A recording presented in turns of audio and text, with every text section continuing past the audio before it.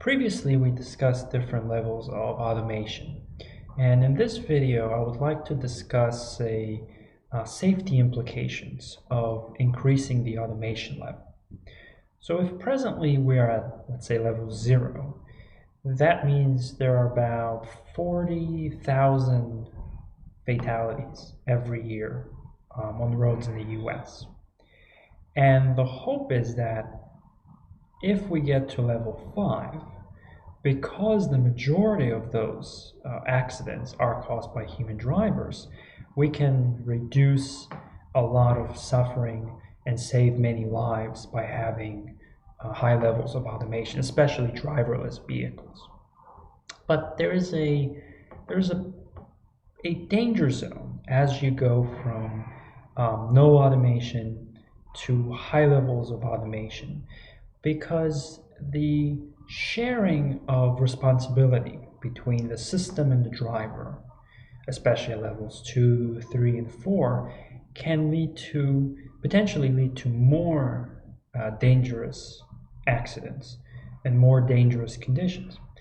A very good example, but a tragic example of that is the crash in Arizona between a pedestrian with a bicycle crossing a street and one of Uber's self-driving vehicles.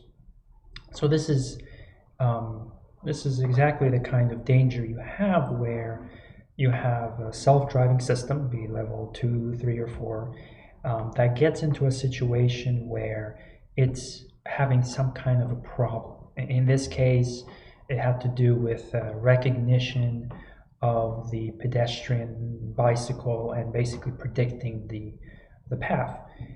But regardless of the reason, the system ran into some trouble. Now, there was a driver who was supposed to go in and take over in this kind of a situation, but the driver herself or himself was actually distracted, basically streaming a TV show on their phone. So they weren't paying attention. And according at least to the police, this accident would have been totally avoidable had it not been for the fact that the driver was distracted and that the system, for a variety of reasons, basically failed to accomplish the driving task. And so that's exactly the kinds of situations you can see when you're really in this intermediate stage of driver and automated system having to work together. In fact, let's take a look at the driver as a kind of backup anyway. So usually when you see the figure, the drivers being responsible for 95% of accidents, I think usually it comes from this national survey of motor vehicle crashes, where the drivers were found to be responsible for about 95% of the accidents. But I think what's more interesting is actually digging into this 94%. Yes, the drivers, you could say, are responsible for most of the crashes, but they're also sort of in control. So, but the reasons why they're responsible for different crashes, or what makes up this 94%, is rather interesting. So you could say there are various types of errors that the driver can make. These are broken down to recognition, decision, performance, non-performance, and some other errors. And this is all from the same survey, where recognition errors really has to do with basically not perceiving the situation correctly, either inadequate surveillance, distraction, inattention, very, very similar to that crash in Arizona. Decision errors, of course, means the driver did not have the appropriate speed, made some false assumptions about the intention of other drivers, made some illegal maneuver, some kind of a basic decision error. And then the performance actually has to do with, after you made a decision, the actual execution, overcompensation, or not going in the right direction.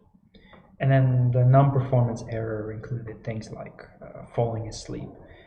So the driver so the drivers fail at various points in various situations, but predominantly the main issue that they have has to do with basically not perceiving the world around them, and then not making the right decision.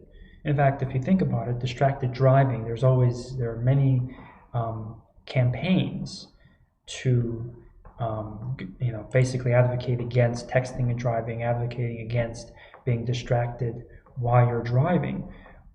Well, if you think about it, all right, so if you have an automated system that expects the driver to take over, but then the driver is basically distracted doing something else, and they're not good at re-engaging with the situation around them, it's kind of a recipe for disaster, right? It's like on one hand, we're trying to make things safer because we know the drivers, a major part of the problem that drivers have is recognition, is paying attention, and that is leading to basically a large percentage of the fatal accidents.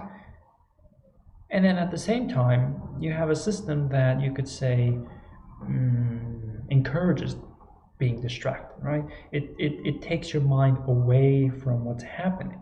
So you can see that's a very dangerous combination. More specifically than just distraction, automated systems cause sort of other effects as well. And it all comes down to, you could say, these major categories. Starting with, what does the driver think about how this system is functioning? Does the driver really understand what the system is doing? Right. The second is over-reliance. Okay, so basically trusting the system too much.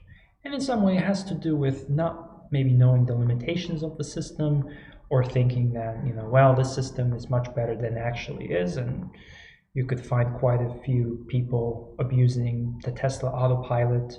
That's kind of the similar idea. Then, of course, you have behavioral adaptation. Now, it's not just the drivers becoming accustomed to the system being there. It's actually has to do with the fact that the drivers can actually become more dangerous driving without the system based on what they experience while driving with the system. It has to do with basically they're getting accustomed to a higher level of risk. Then, of course, similar to what we already discussed with distractedness, reduced situational awareness and erratic mental workload. Kind of fancy terms, just saying, well, the driver stops paying attention to what's happening, like in the Arizona crash, and when they have to switch between, playing with their phone to then having to pay attention to the road very suddenly, right? That change in the workload basically means that they are not able to intervene in these situations where these self-driving systems may actually require them to intervene. And potentially, of course, the last area being, in the long run, you have the potential to actually experience skill degradation, forgetting how to monitor the environment, forgetting how to perform certain parts of the driving task. So you could say the kind of immediate things that we're starting to see are, not interacting with the system properly, not understanding the system, and of course distraction.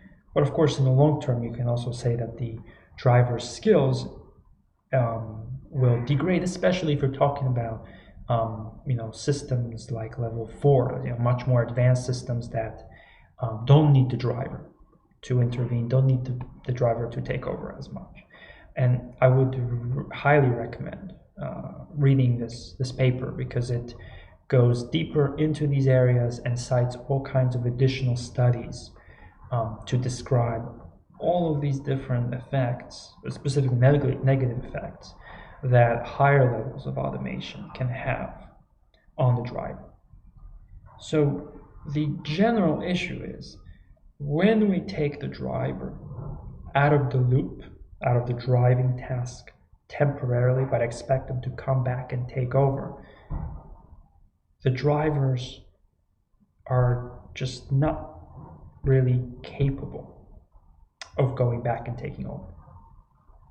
And that means that between the current situation on the road, where we have very little automation, to the holy grail of having systems that can avoid most of collisions, we may have a in-between area that's actually more dangerous than where we are now and where we want to get to.